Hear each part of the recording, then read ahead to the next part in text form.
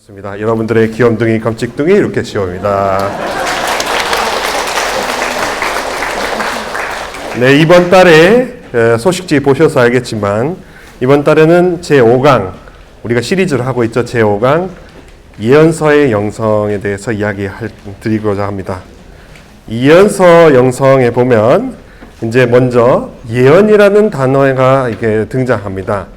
예언이라는 단어가 도대체 무슨 뜻일까? 그것부터 궁금하겠죠. 이 예언이라는 뜻은 하느님의 음성을 대변하는 일이라고 합니다. 그러니까 예언하면 첫 번째로 떠오르는 것이 내일 일어날 일을 미리 알려주는, 먼저 고지해주는 그런 차원도 있겠지만 더 궁극적으로는 하느님께서 원하시는, 즉 신이 원하는 길이 무엇인지 대변해주는 그런 역할을 예언이라고 합니다. 그래서 당신 백성보다 미리 이야기하시면서 가야 할 길을 앞서 제시하는 것을 두고 예언이라고 합니다. 4쪽의 마지막에 보시면 나오죠. 그다음 명칭의 유래가 있습니다. 예언자를 히브리어로는 나비라고 합니다. 그리고 구약에 315번이나 반복이 되고 있다고 하네요. 고대 근동, 옛날에 고대 근동이라고 하면 이집트, 이스라엘 주변에 있는 나라들을 고대 근동이라고 하는데, 그 고대 근동 언어 중에 아카디아어라는 언어가 있습니다. 이 아카디아어 동사 나부라는 그 동사는 부르다, 지명하다라는 뜻을 지니고 있어요. 그 단어에서 나비가 왔을 가능성이 높다고 생각합니다. 영어로는 prophet이라고 이렇게 하는데, 이것은 두 부류로 이렇게 나눌 수 있습니다. 앞으로는 프로, 그 다음에 뒤쪽에는 페투스. 이걸 다시 어원을 찾아보면 그리스어에서는 무엇에 앞서 누구누구를 향하여라는 프로, 그렇게 됩니다. 우리가 알고 있는 프로그램이라고 있잖아요. 프로그램도 그리스어에서 왔습니다. 누구누구 이전에 그라마, 그러니까 썼다, 짰다. 그러니까 누구누구를 위해 짠 게 프로그램입니다. 예. 그래서 프로라는 것은 누구누구를 향해서, 누구누구를 위해서, 그리고 누구누구 이전에 라는 차원도 있죠. 예. 그래서 이 프로라는 밈이 앞서 뭐뭐를 향해, 뭐뭐를 위해서라는 그 접두사 전치사와 그 다음에 동사로서 말하다라는 페미라는 동사가 합쳐져서 말하는 사람, 누구누구를 향해서 말하는 사람, 누구누구 앞에서 말하는 사람, 그 사람을 두고 예언자라고 합니다. 그러니까 예언자는 그냥 단순 점술가와는 다르겠죠. 점술가는 미래에 일어날 일을 예측해서 거기 글로 가면 안 돼. 글로 가면 안 돼. 나한테 부적 500만 원 주면은 내가 막아줄게 하는 차원으로 하는 게 보통 우리가 아는 점술가요. 무속인이 되겠습니다. 하지만 우리 성경에서 말하는 예언자는 그 차원을 훨씬 뛰어넘어서 우리 인생이 어디로 흘러가야 더 올바른 삶을 살 수 있을까를 궁극적으로 방향을 제시하는 겁니다. 내일 당장 일어날 일보다 우리가 어떤 길로 가야 전체 남은 인생이 하느님 뜻에 맞게 살아갈 수 있는가를 제시해주는 일종의 가이드가 되는 거죠. 자, 그렇기 때문에 당신 백성보다 객관적, 시간적으로 미리 이야기하시면서, 그리고 주관적, 계시적으로 가야 할 길을 앞서 제시하시는 것을 두고 예언이라고 합니다. 그래서 예언서의 신학은 그렇게 하느님께서 친절히 어떤 자신의 종을 파견하셔서 곁에서 우리가 가야 할 길을 친절한 가이드로 안내해 주시니 우리는 그분께 대한 그 은총을 하나도 잊지 말아야 한다는 이 시편 103편 2절의 말씀이 이제 핵심 신학이 될 것입니다. 따라서 항상 두 가지 길이 나누어집니다. 기억하고 순종하는 길과 그 다음에 망각하고 불순명하는 길이 나누어집니다. 그리고 항상 사람들은 불순명하는 길로 쉽게 빠집니다. 그러니까 돌아오라, 들어라 하는 이 감탄사들, 그런 것들이 많이 나오죠. 하지만 심판하고 절단내는 것이 예언서의 신학이 아닙니다. 오히려 돌아와서 함께 살기를 바라는 희망을 표현하는 것이 바로 예언서의 신학이겠죠. 혹자는 이 예언을 너무 종말론적이나 혹은 심판론적으로 해석을 해서 내가 예언자니까 내 말을 들어라 하는 식으로 또 합리화할 수도 있습니다. 근데 그게 아니라는 거죠. 그래서 예언서는 이렇게 희망을 제시하는 책입니다. 결코 심판이나 여러분들이 죄인이라고 심판하고 이렇게 단절시키는 차원이 아니라는 점을 잊지 않으셔야 되겠습니다. 그래서 예언서는 이제 두 종류로 구분할 수 있습니다. 먼저 전기는 구전 예언서, 그다음에 후기는 기록 예언서입니다. 전기는 구전 예언서라고 하는데 주로 말 나오다시피 사람들의 입을 통해서 그 예언이 전승이 되었기 때문에 구전 예언서라고 합니다. 기원전 11세기부터 9세기까지 활동한 사람들을 예언자라고 했죠. 그래서 사무엘, 아히야, 스마야, 나탄, 하나니야, 엘리야, 미카야 등 주로 판관기 시대, 왕이 이렇게 등장하기 이전에 판관기 시대에 활동했던 사람들을 두고 전기 구전 예언서라고 하고 있습니다. 그 다음에 후기 기록 예언서가 나타나죠. 8세기부터 4세기까지 이때는 주로 왕이 등장한 왕정 제도가 등장한 시대입니다.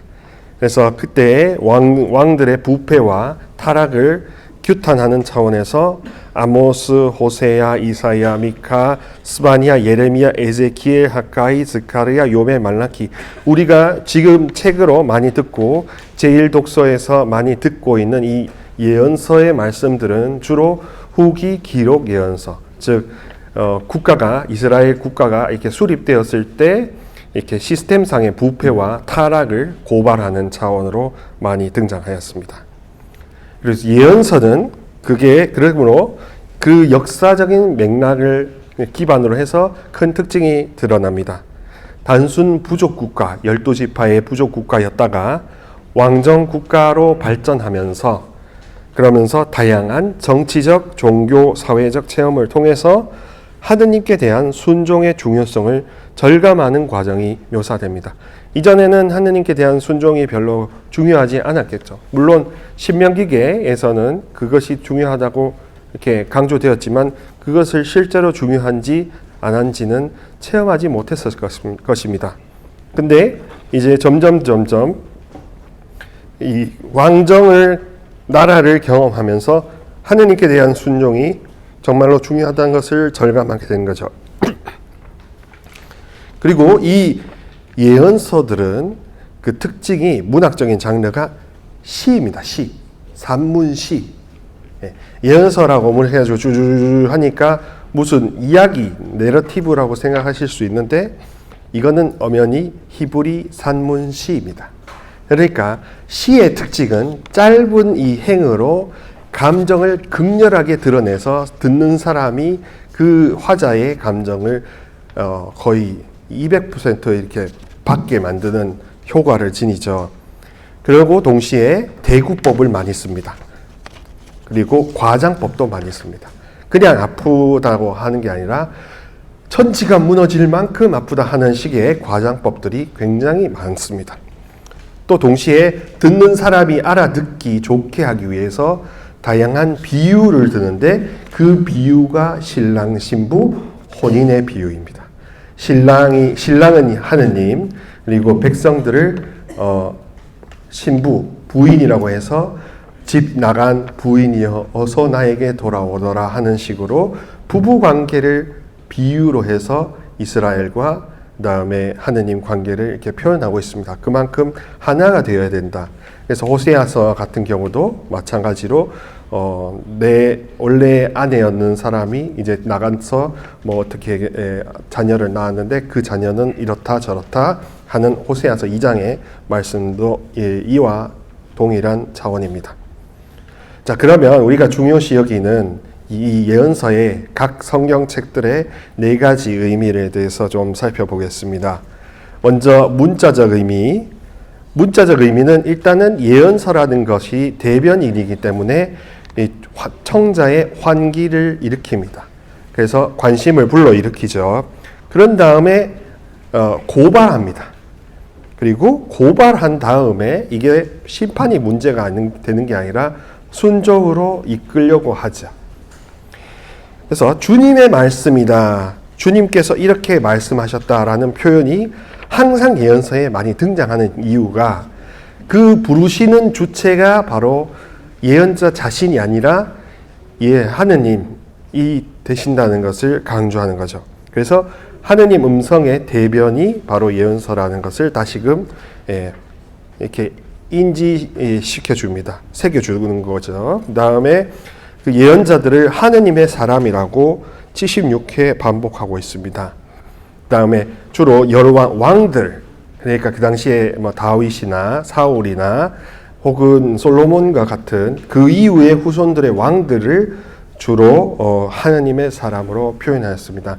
과거 성경 시대에는 재정일치 사회였기 때문에 왕들이 제사장이기도 하고 나라를 다스리기도 하고 사제계급이기도 하고 이런 식으로 모든 것이 다 통할되었거든요. 그래서 그때 하느님의 사람이라고 하면 당연히 왕을 지칭했습니다.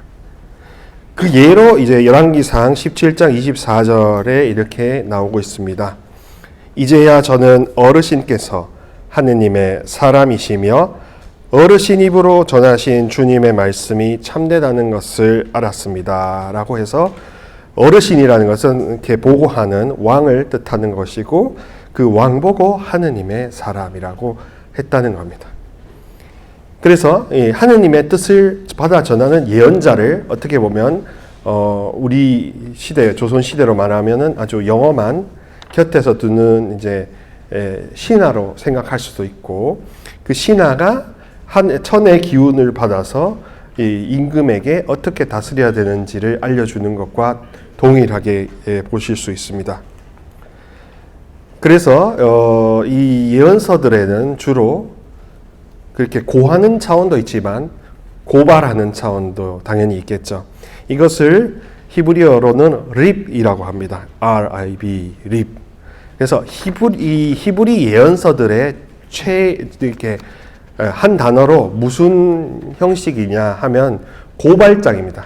공소장, 검찰이 우리 누구든지 고소를 당하거나 고소를 하면 이 사람은 이러이러한 죄목 때문에 고소를 당하였기에 재판을 신청합니다 하는 공소장을 작성하게 되죠.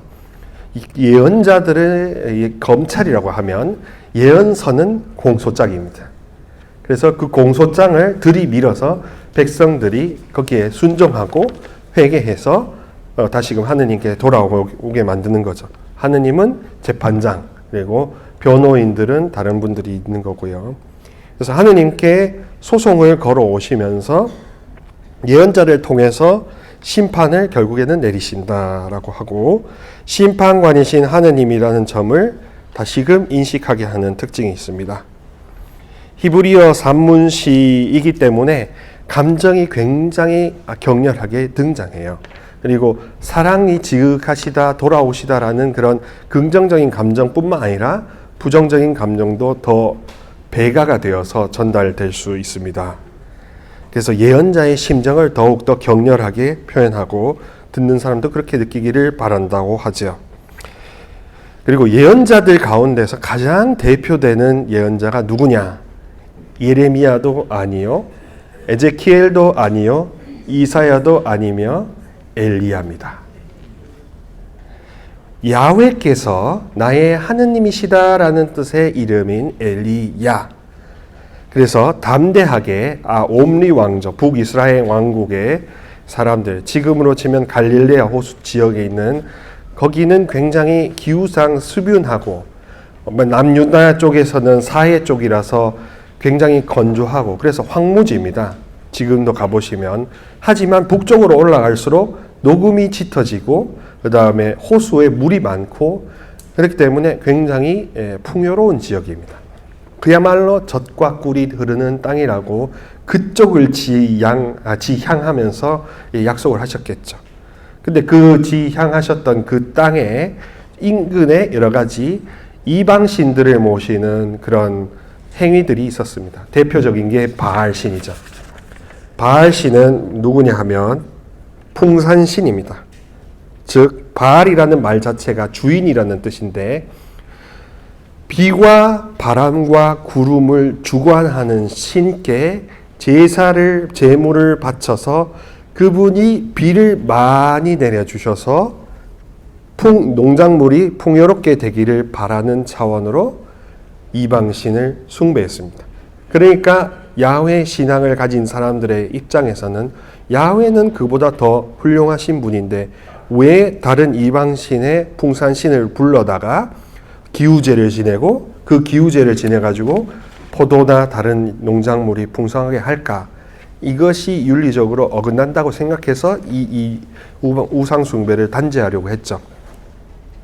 그래서 이 우상숭배, 이 바알신 숭배를 단죄하고자 나의 하나님은 야훼이시다라는 엘리야를 파견해서 그 왕국, 아합 왕과 그 다음에 이웃 동네에서 시집온 이제벨이라는 왕비가 이렇게 함께 있었는데 그 면전에서 고발합니다. 바알신 숭배를.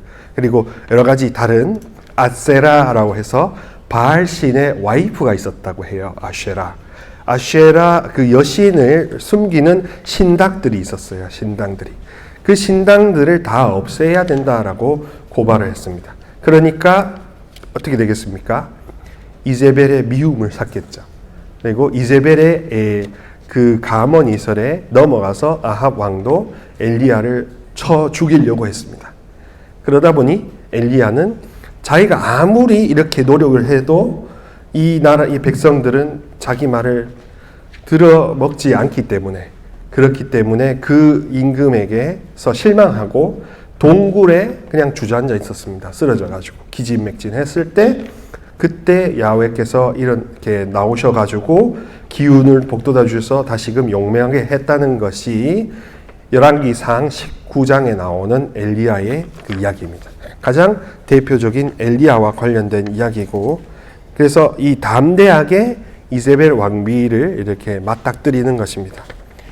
이 주님께 격려를 받고 끝까지 예언을 하기 때문에 이 엘리야를 두고 우리도 유비적으로 생각할 수 있습니다. 우리가 뭐 하는 여러 가지 소명들이나 본당에서나 여기 우리 사매에서나 모든 일상생활에서 지치고 쓰러져서 내가 해야 할 바를 놓치게 될 때 그럴 때 다 그냥 내려놓고 싶을 때가 있는데 그때 이 열왕기상 19장의 이야기들을 한번 읽어보시고 한번 곰곰이 생각해 보신다면 하느님께서는 결코 그렇게 주저앉아 있는 자신의 종을 내두지는 않는다라는 희망을 가질 수 있습니다.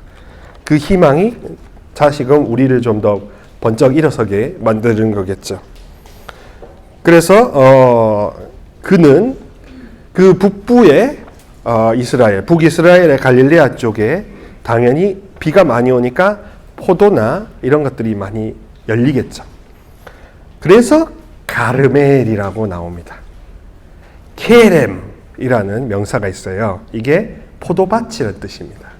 그리고 엘 하면 엘로힘 하느님.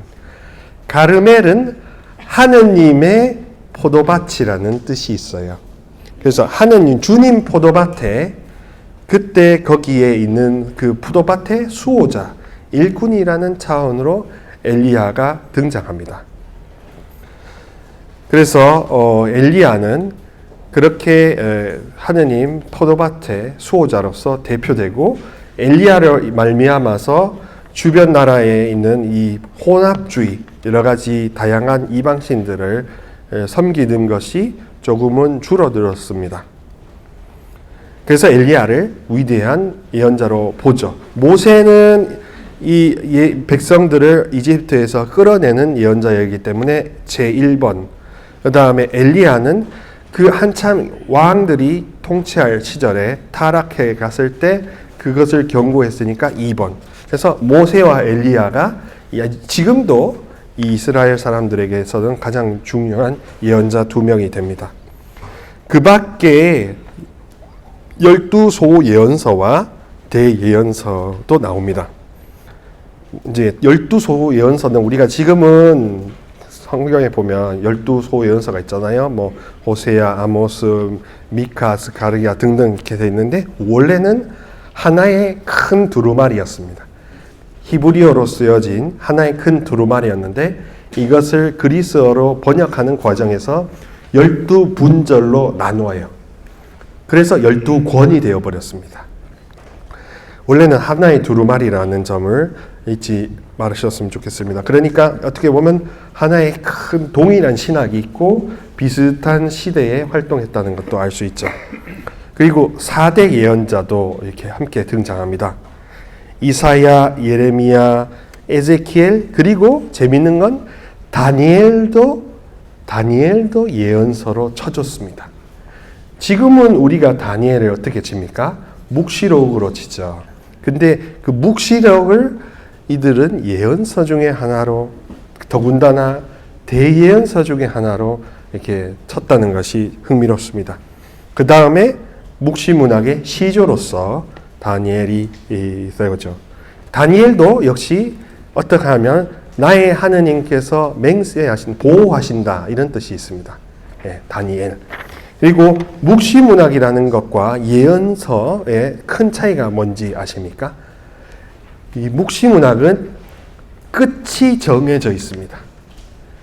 우리 드라마에 보면 결말을 뻔하게 아는 드라마가 있고 결말이 이게 보면 볼수록 다음 번에 더 기대되는 드라마들이 있지 않습니까? 예를 들면 좀 뻔한 거는 그 가난한 아가씨가 부자 도련님을 재벌 도련님을 만나가지고 재벌 도련님 때문에 개과천선해서 갑자기 심청이었다가 신데렐라로 바뀌는 그런 드라마는 사실 뻔하게 보이잖아요.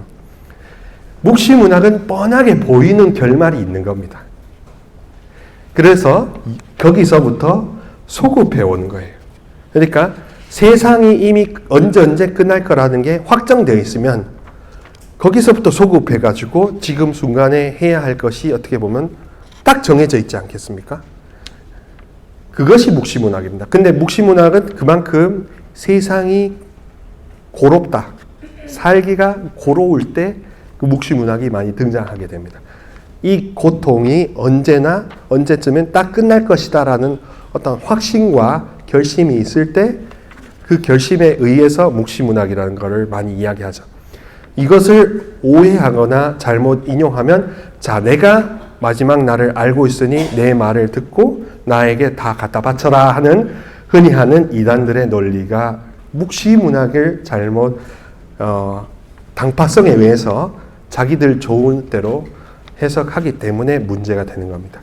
근데 묵시문학은 어떻게 보면 이 고통이 끝날 것이다 라는 희망을 조금은 이게 미리 앞당겨 주는 것이죠. 근데 이제 예언서는 그것에 비해서 상대적으로 세상이 언제 끝날지를 모릅니다. 그렇기 때문에 지금 이 순간을 더 개선할 수 있다는 희망이 있습니다. 그러니까 고통이 끝날 것이라는 것과 그거는 묵시죠. 이 지금 현실을 변화시킬 수 있을 거라는 희망은 차원이 다릅니다. 그렇겠죠? 예언서는 지금 이 순간을 변화시킬 수 있다는 희망을 주는 겁니다. 누구와 함께? 하느님과 함께. 묵시문학은 언젠가는 이 고통이 끝날 것이라는 믿음을 갖게 만드는 것이 목적이고, 그러니까 현실에 좀 안주하거나 현실을 좀 받아들이는 게 묵시문학이라면 예언서든 현실을 적극적으로 변혁하는 게 목적이 있는 것입니다. 그리고 특별히 자기가 죄나 여러 가지 하느님 뜻에 어울리지 않는 상황에 있다면 그것을 변화시키라고 초대하는 고발장이기도 합니다. 우리 판사님들 앞에서 만약에 누가 탄원서를 써가지고 그게 받아들여지면 감형이 되거나 무죄가 될 수 있잖아요. 그거와 비슷하다고 생각할 수 있습니다. 우리가 특별히 하느님 앞에서 회개하고 또 하느님 앞에서 내가 죄인이라는 걸 스스로 받아들여서 고백하면 그 고발장이 취하가 될 수 있는 것이 예언서이고 취하가 되기 어려운 것이 묵시록입니다. 그러니까 더 결정력이 세겠죠. 결정력이 세니까 그거를 갖다가 이단화 시키기 좋은 겁니다. 예. 왜냐하면 절대적이니까. 그러니까 그 절대 논리를 갖고 여러분들에게 막 쏟아부으면 여러분들이 거기에 어느 정도 정말 이렇게 빠져들어서 갖고 있던 카드도 해지하고 집안 뭐 식구들 다 팽개치고 거기 가가지고 앉아가지고 막 이러고 있는 겁니다. 그렇게 될 수밖에 없고 우리 청년들이나 다른 젊은이들도 그렇게 빠질 수밖에 없는 게 이 고통이 어려우니까 현실이 팍팍하니까 그것이 빨리 끝났으면 하는 차원에서 그런 논리가 빡 들어오는 겁니다. 근데 그렇게 돼버렸을 때는 자기 인생 거기서 종치는 거죠. 그렇기 때문에 우리 부모님들이나 우리 선배들이나 친지들이 그 형제지간에 혹시 굉장히 어렵게 살고 있다면 그러면은 돌봐줄 관심이 필요한 겁니다. 어떻게 보면 그런 쪽으로 빠져들지 않게 하는 예방책이 될 수도 있기 때문에 그렇죠. 아시겠죠? 그러니까 묵시록은 결단 나는 거고 그다음 예언서는 변화가 가능한 겁니다. 그러니까 예수님을 심판자로 이해하면 우리 신앙생활은 무서워서 아무것도 할 수 없습니다. 하느님을 심판자로 이해하면 겁나서 못합니다. 근데 하느님을 재판장으로 이해하면 탄원도 가능하고 감형도 가능하고 협상도 가능한 딜이 가능한 그런 분으로 이해하고 또 지금 내가 그것을 받아들여서 변화할 수 있다는 희망도 품을 수 있다는 것이 특징이겠죠. 자, 그렇기 때문에 이제 교리적인 차원에서 이 희망에 대해서 굉장히 강조합니다. 특별히 그 정의라는 것이 그냥 고정적이고 기계적인 정의가 아니라는 거죠. 호세아서 6장 6절에 보면 이렇게 나옵니다. 정녕 내가 바라는 것은 희생 제물이 아니라 신이다. 번제물이 아니라 하느님을 아는 예지다라고 했습니다. 과거에는 500만 원어치의 손해배상을 해야 되면 500만 원짜리 소를 잡아다가 배를 갈라가지고 그 피가 이렇게 흘러나오는 그 상황에서 불을 붙여서 번제, 태워서 올리는 죄를 통해서 재판장이신 하느님께 사죄를 했다고 합니다. 근데 이게 돈으로 이렇게 함무라비 법정처럼 눈에는 눈, 이에는 이 이런 정의가 아니라 이제는 하느님을 믿고 또 그분의 가르침을 알아차리는 것이 더 중요하다고 했죠. 그러니까 물적인 차원, 기계적인 차원, 심판적인 차원, 결의론적인 차원에서 이제는 신의 믿는 차원, 희망의 차원으로 더 넘어갔습니다. 또 아모스서 5장 24절에 보면 공정을 물처럼 흐르게 하고 정의를 강물처럼 흐르게 하여라 해서 이제 이 역사 자체가 모든 게 공의롭고 정의로운 것이 중요한 것이 되었습니다. 내가 비둘기를 바치든 염소를 바치든 황소를 바치든 예를 들면 뭐 코끼리를 갖다 바치든 그게 그 제물의 크기가 중요하지 않고 언제 어디서나 하느님을 믿고 따르면서 그분께 돌려드릴 바를 올바르게 돌려드리는 것이 더 중요하다는 것이었죠. 그래서 이제 야훼 유일 신앙론을 우상 숭배와 절대 갖다 섞지 마라. 그런 것을 이렇게 생각합니다. 더 궁극적으로는 실천력이 높은 형제 자매들이 되라는 것이죠. 하느님 백성으로 거듭나라는 겁니다. 이런 것도 역시 우리가 일상생활에서 많이 등장하게 되는 그런 딜레마와 있습니다. 어떤 교우분들은 자녀들이나 뭐 회사나 이런 걸 할 때 태기를 하신다 그래요. 예. 가서 어느 용하다는 점쟁이한테 가서 천주교 신자인데요. 제사 지내야 되는데 지금 가게 오픈해야 되는데 언제가 좋아요? 이렇게 물어볼 수 있습니다. 근데 조금 재밌는 건 어떤 경우는 가서 미사 드려 하는 그런 경우도 생길 수도 있다 하더라고요. 그래서 오히려 그분들이 더 영원한 분은 자기가 모시는 자기 신이 아니라 야훼 하느님 그리스도가 더 레벨로가 더 높다는 걸 알고 가서 미사나 드려 이런 사람들도 간간히 나온답니다. 양심적인 사람은. 그렇지 않고 자기한테 득이 되려고 하면 내가 부적 하나 500만 원짜리 써주고 뭐 어느 날에 뭘 하면 그러면은 사업 잘 될 거야 라고 이렇게 꼬드김을 하실 수 있어요. 근데 그게 중요한 게 아니에요. 언제 어디서든지 제가 생각할 때는 우리 가족들이 편하게 모일 수 있고 함께 어울릴 수 있고 또 기쁘게 축복할 수 있고 사제가 올 수 있는 그런 날이 가장 좋은 길일이 아니겠습니까? 그럼 그 차원에서 기계적으로 누군가가 뭐 무속인이 정해주는 그런 날, 그런 날이 꼭 정의로운 날이 아니라 함께 언제든지 함께 할 수 있는 날이 정의로운 날인 거죠. 그래서 혼합주의적으로 성당에 한 발 문 담갔다가 자녀가 결혼한다는 태기를 하기 위해서 또 발을 한 반쯤 담갔다가 이런 게 아니라 그냥 그 모든 문중에 어르신들이 잘 모일 수 있는 그런 날을 잡아서 그때 열심히 기도하는 날이 바로 길일이고 좋은 태길입니다. 굳이 기계적으로 그렇게 생각할 필요가 없어요. 그렇게 됐을 때는 우리도 고발장을 받을지도 모르겠습니다. 예. 그래서 야훼께서 전능하시다는 것을 엘리야는 보여줍니다. 그리고 아모스는 모든 민족의 운명을 결정해주는 결정권자라는 점도 보여줍니다.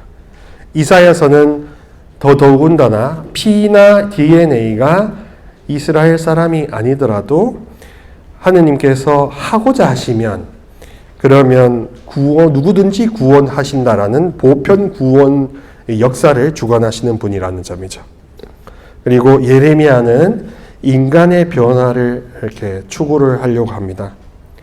그리고 동족의 고난, 고통에 대해 앞서서 희망을 가지라는 게 에제키엘이죠. 이사야라는 것도 야훼께서 구원하신다라는 뜻이고 예레미야라는 것은 야훼께서 이렇게 여러 가지 혼탁한 상황에 예언자를 투척하셨다라는 뜻이 있습니다. 그리고 에제키엘은 하느님께서 붙잡아 주시고 강화해 주신다라는 뜻이 있어요. 그렇게 될 수 있는 이유가 특별히 에제키엘은 여러분들이 마음이 굉장히 괴로울 때 한번 보시면 이렇게 좀 위로를 받을 수도 있습니다. 그 이스라엘 민족들이 바빌론 유배라고 해서 일본 치하처럼 이렇게 순환을 당하는 시기가 이집트 종살이 다음으로 또 찾아왔습니다.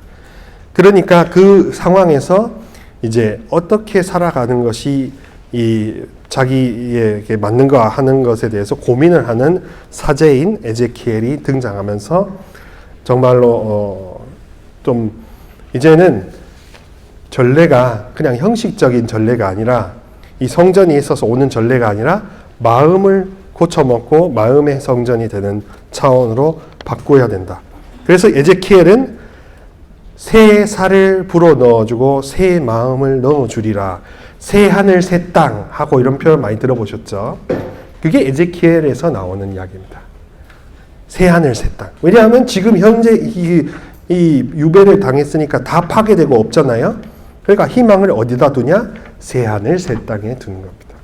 그리고 새 마음을 넣어주고 새 살을 돋게 하고 하는 이런 새로운, 그래서 사실 종말론이라는 것이 에제키엘로부터 시작될 수 있다고 할 수 있겠습니다.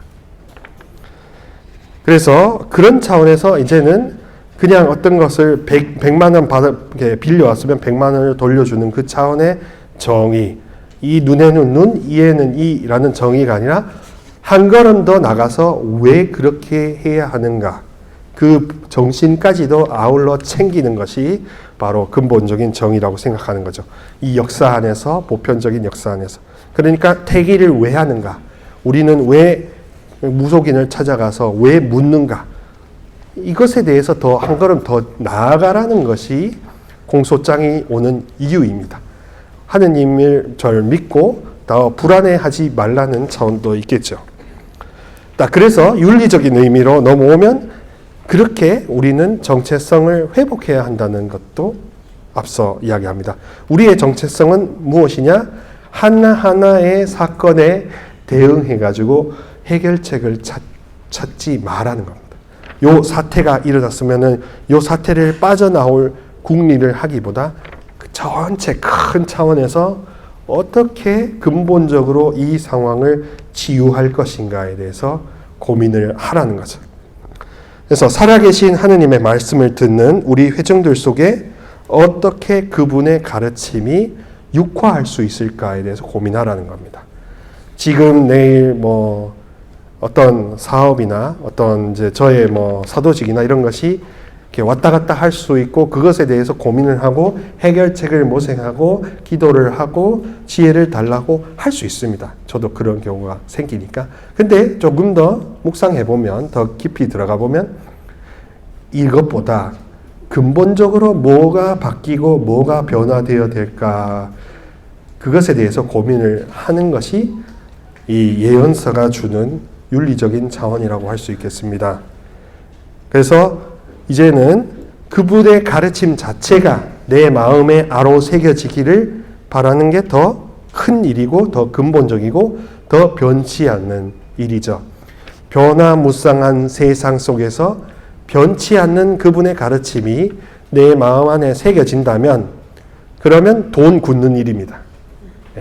굳이 복채를 줘가면서 굳이 많은 강의료를 줘가면서 여러 강의를 쫓아다니지도 뭐 고민하지도 않고 보편적인 우리의 전례나 미사나 기도에 참석하는 것으로서 이미 차고도 넘칠 수가 있죠.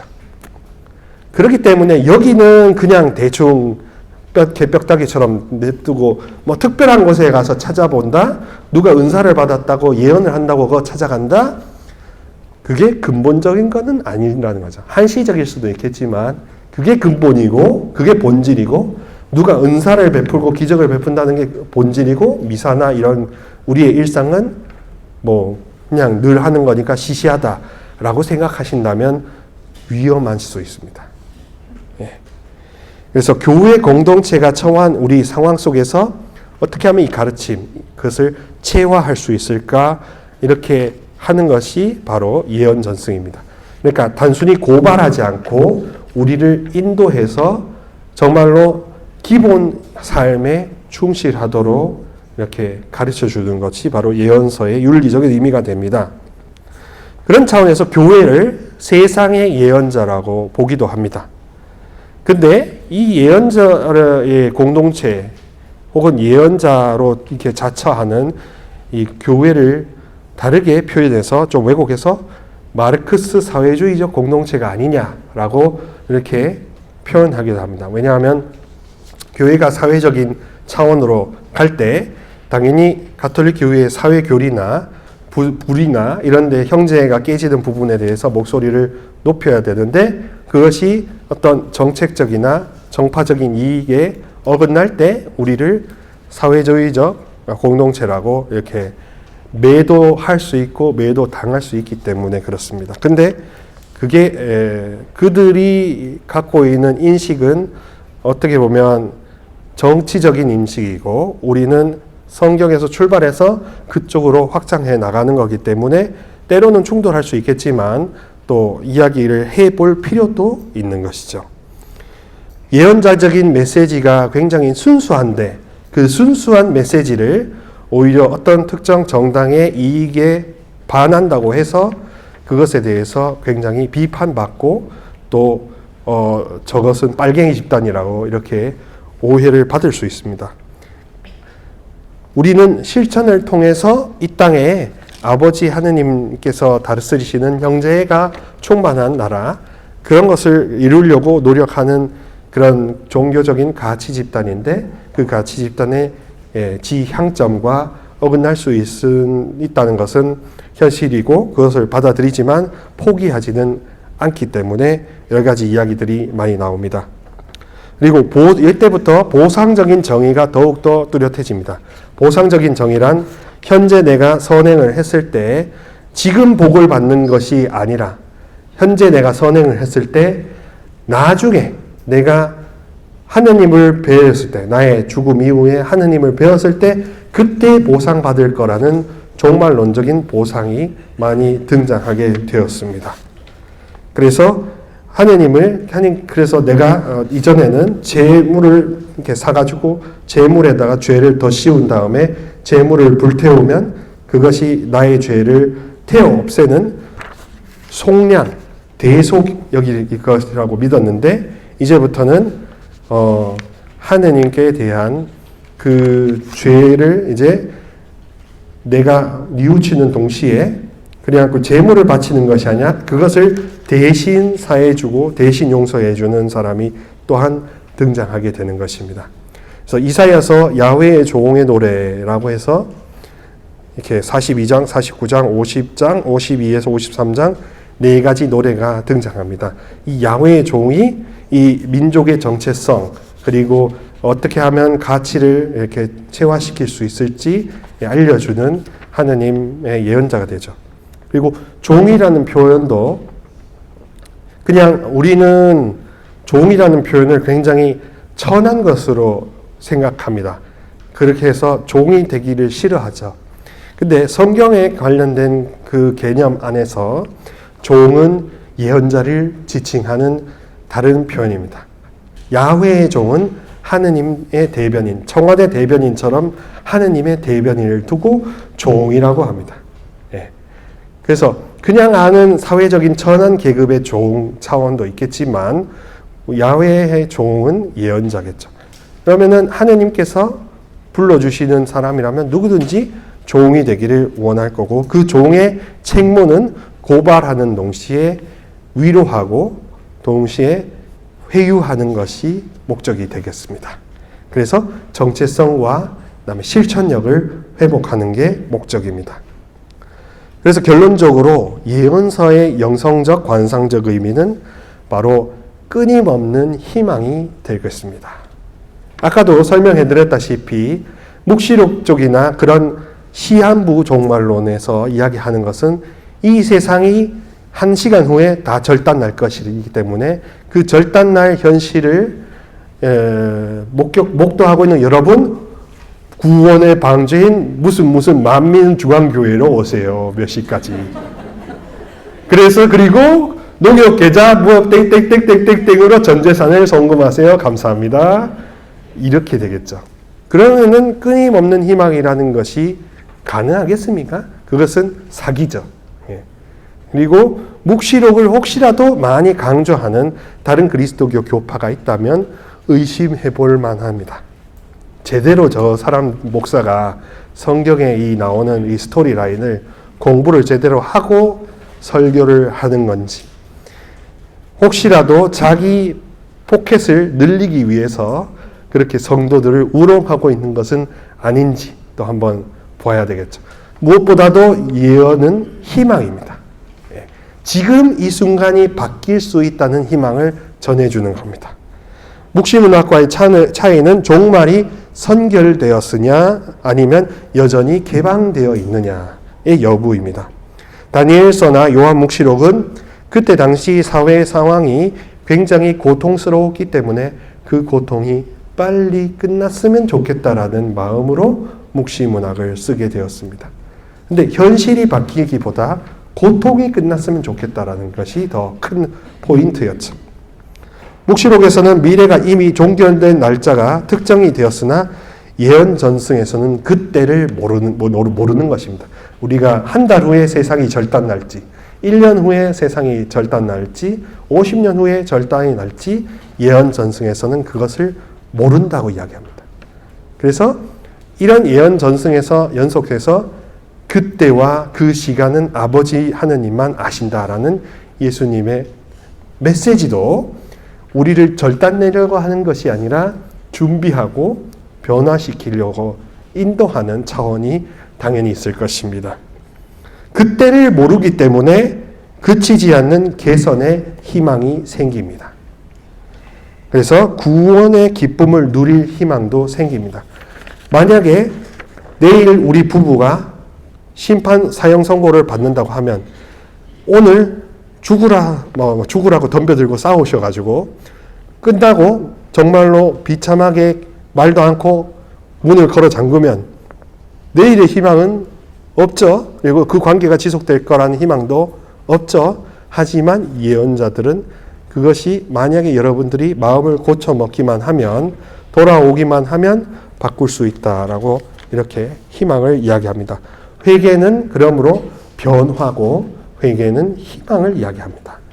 여러분들이 그냥 나는 죄인이니까 골방에 들어앉아서 잿가루를 뒤집어 쓰고 아이고 하느님 앞에서 무릎을 꿇고 아이고 주님 저는 죄인이니까 저를 불쌍히 여겨주소서라고 그렇게 탄원하는 차원뿐만이 아니라 변화시켜 갈 수 있기 때문에 주님 저를 바꾸게 변화시켜 주소서라고 기도할 수 있는 희망도 아울러 생기는 것이죠. 그래서 또 더군다나 운명 결정론은 더더욱 아닙니다. 그리고 비관주의도 더더욱 아닙니다. 성경의 예언 전승은 어디까지나 하느님과 함께 한다면 결국 우리가 죽을 것은 뻔하지만, 그러지만 하나하나 이 한 걸음 한 걸음을 모두 하느님이 다 결정해 놓으신 그런 조종자적인 하느님은 아니라는 것을 이야기합니다. 죄 지을 자유까지도 허락하셨던 하느님이라는 점도 함께 등장합니다. 그래서 그런 차원에서 성경은 긍정에서 시작해서 긍정으로 끝나는 겁니다. 비관적이고 부정적인 것은 하나도 거기에 섞일 수 없습니다.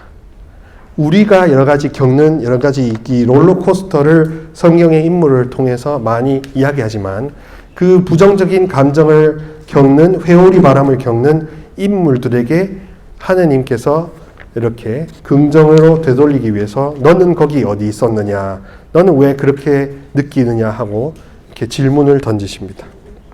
그래서 언제 어디서나 기쁨과 희망을 견지할 필요가 있다는 것을 이렇게 아울러 거듭거듭 이야기하시죠. 따라서 저는 예언서의 영성을 잘 이해하신다면 영광송이 하나의 예언자적인 신앙 고백이 될 수 있습니다. 영광이라는 표현이 어떤 거냐 하면 하느님이 언제다 어디서나 함께 묵직하게 계신다는 것을 두고 글로리라고 하거든요. 그러니까 내가 뭔가를 선행을 하고 올바른 일을 했기 때문에 내가 칭송을 받아야 된다는 영광이 아니라 그 이전에 앞서서 하느님께서 언제나 나와 함께 계시면서 기쁨을 주시려고 하는 분이라는 점을 그 믿을 때, 그 하느님 현존 체험을 할 때 그 현존을 두고 영광스럽다라고 이야기합니다. 그러면 그 현존이 성부와 성자와 성령께 있을지어다라고 해서 삼위일체가 나를 둘러싸고 언제나 함께 현존할 것이라고 믿는 거고, 처음과 같이 세상 처음과 같이 이제와 그리고 미래의 변화를 줄 수 있는 항상 영원히까지 이 처음부터 끝까지 기쁨과 희망의 현존이 언제나 함께 있을지어다 라고 고백하면서 진실로 그렇게 믿나이다 라는 차원에서 아멘 하고 이야기하는 겁니다. 그러니까 예언서의 영성은 공소장을 제기하지만 희망의 위로 편지도 함께 주고 있습니다. 그래서 그 희망의 위로 편지를 읽고 하느님께서 언제나 나를 둘러싸고 함께 계신다라는 믿음을 간직한다면 그것이 성부와 성자와 성령과 함께 다이나믹하게 펼쳐질 것이고, 비록 우리가 죽을 운명이 정해져 있지만 한 걸음 한 걸음 다 구속받지는 않는다라는 점을 명심해야 하기 때문에 처음부터 끝까지 나의 인생을 동반해 주실 것이다 라는 믿음도 함께 예언자적으로 그리고 고백하는 겁니다. 그리고 나 자신에게만 고백하는 것이 아니라 나와 함께하는 사람들에게 그런 하느님의 뜻을 대변하는 일을 하는 것이죠. 그래서 영광송을 한다는 것은 제가 해석하기로는 어떤 우리가 기쁨과 희망을 전달하는 예언자, 대변하는 예언자, 그리고 무엇보다도 내일도 해가 뜨고 변화될 수 있고 그렇기 때문에 오늘 너무 상심하지 말아야 한다는 점도, 너무 우울해하지 말아야 한다는 점도, 너무 신앙이 널뛰기 해서는 안 된다는 점도 아울러 알려준다고 할 수 있겠습니다. 자, 이렇게 해서 예언서, 예언성까지 살펴보았고, 오늘 이 강의를 들으신 다음에 여러분들께서 한번 생각해 보셔야 될 게, 나는 신앙이 널뛰기를 하는가? 그걸 한번 생각해 보시고, 혹시라도 뭐 시간이 있다면, 혹은 이 원래가 끝난 다음에 한번 나눠보세요. 그리고 나는 하느님을 긍정에서부터 시작해서 긍정으로 믿는가? 그럼 마지막으로 오늘 무엇을 바꿀 것인가? 오늘 무엇을 바랄 것인가? 그리고 내일에 어떤 것을 청할 것인가? 어떻게 기도할 것인가? 까지도 한번 염두에 두신다면 의미 있는 성찰이요 묵상이 될 것입니다. 경청해 주셔서 감사합니다.